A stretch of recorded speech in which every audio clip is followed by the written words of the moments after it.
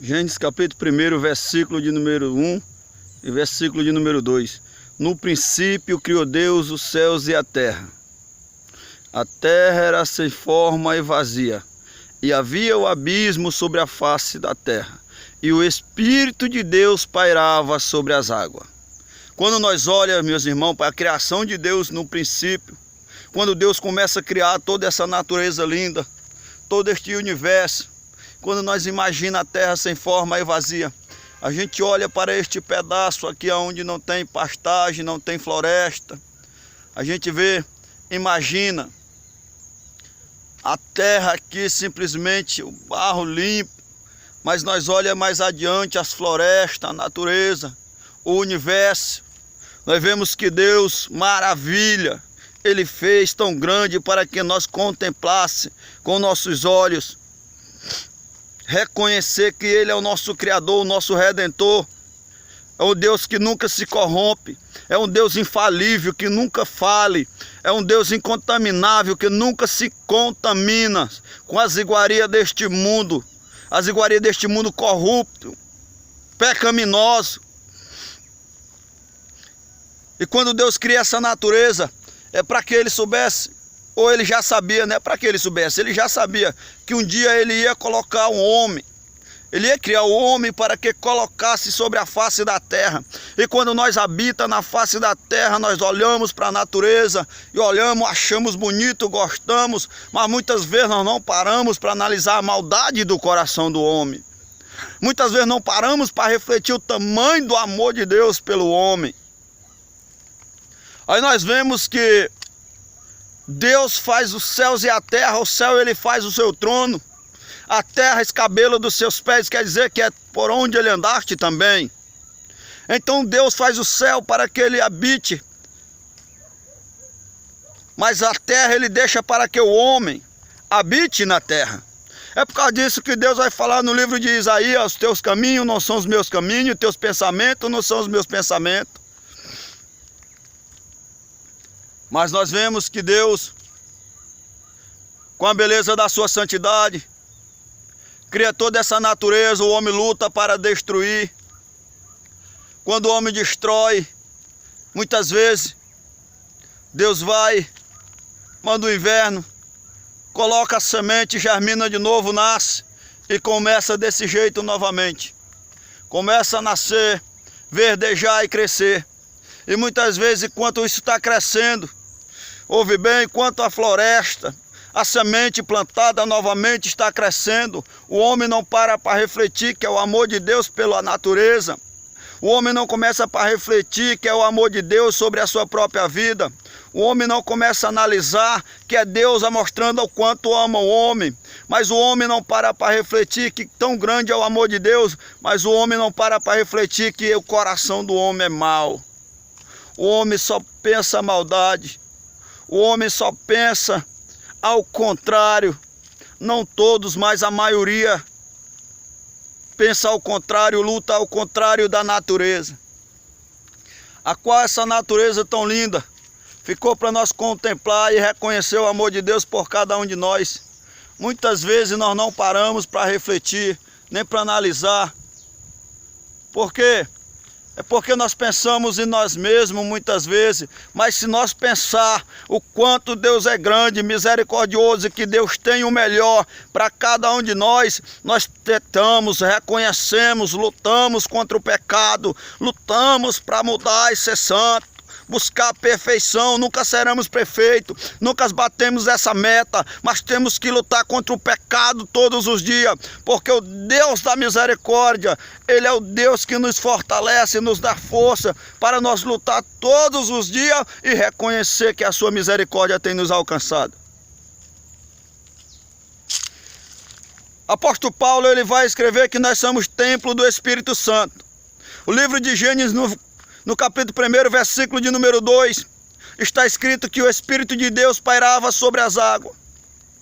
Mas quando Deus cria o homem, Deus pega o seu Espírito e coloca sobre o homem, para que o homem reconhecesse que Deus ama o homem. Adão foi conhecido um homem perfeito, porque Adão não conhecia o que era o pecado. Adão não conhecia o que era a sua nudez. Mas no dia que Adão pecou, ele passou a ver a sua nudez, a sua perfeição se corrompeu. Mas eu quero dizer para você que a perfeição de Deus é infalível, é incontável, é incontaminável, nunca se corrompe. Ele é o Deus da purificação, da restauração. Ainda que nós não conseguimos bater a meta de 100% santo, nunca vamos conseguir.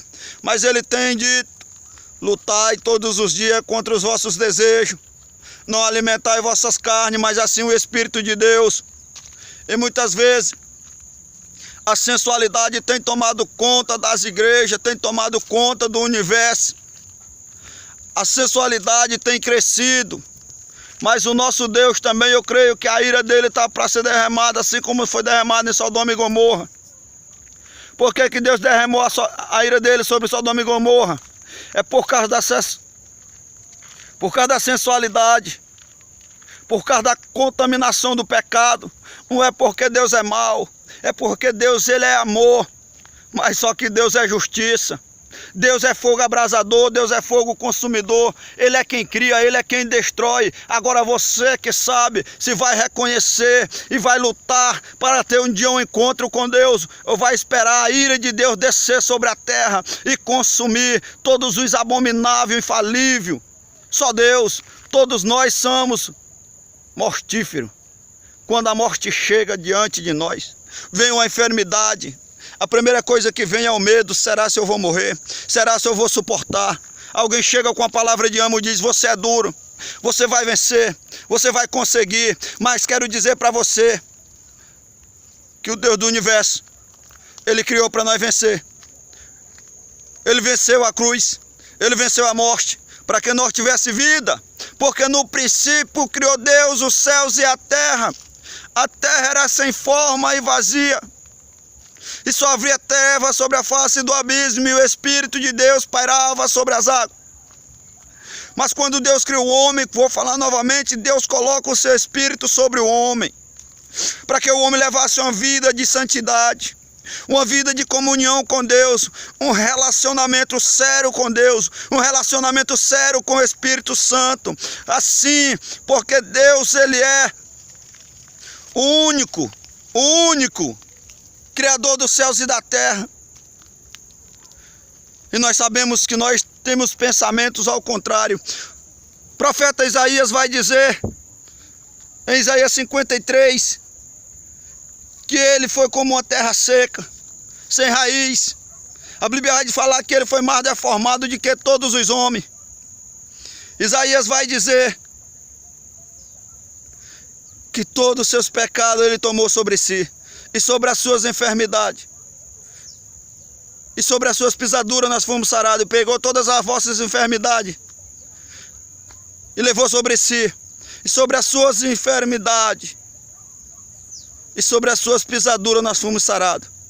Cristo sendo ferido e nós sarados, Cristo sendo maltratado e nós libertos, Cristo sendo crucificado e nós livres, o sangue de Cristo derramando e nós dizendo: aí vem o sangue que nos purifica de todo o pecado.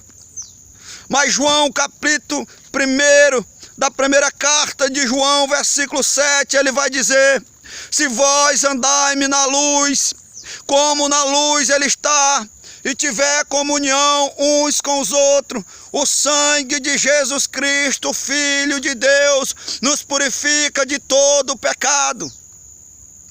É o sangue de Cristo. Aí é onde está o arrependimento, a ressurreição. É no arrependimento, a mudança, a transformação. Deus é fiel, Deus é amor, mas Deus é justiça. Deus castiga, disciplina os que Ele ama. E você tem que reconhecer que Jesus lhe ama. Você tem que reconhecer que Deus lhe chamou para ser templo do Espírito Santo. Você tem que reconhecer que Deus lhe chamou para você ser um verdadeiro adorador. Você tem que reconhecer que Deus lhe chamou não para ser escravo das drogas, dos vícios, mas ser simplesmente um liberto pelo sangue de Cristo Jesus. Que Deus em Cristo abençoe a cada um. E pense na criação de Deus, que você faz parte desta criação, a natureza.